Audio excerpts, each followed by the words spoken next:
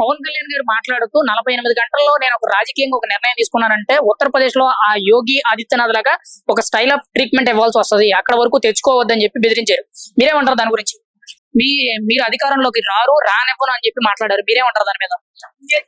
పవన్ కళ్యాణ్ గారు వాళ్ళని బెదిరిస్తున్నారు వైసీపీ నాయకుల్ని అంటే, వైసీపీ ప్రభుత్వమే కరెక్ట్ గా ఉంటే ఈ రోజు జనసేన పార్టీ అధినేత అయిన పవన్ కళ్యాణ్ గారికి ఒక పార్టీ స్థాపించాల్సిన అవసరం కానీ, ప్రజలని ఉత్తేజపరచాల్సిన అవసరం కానీ ఉండేది కాదు.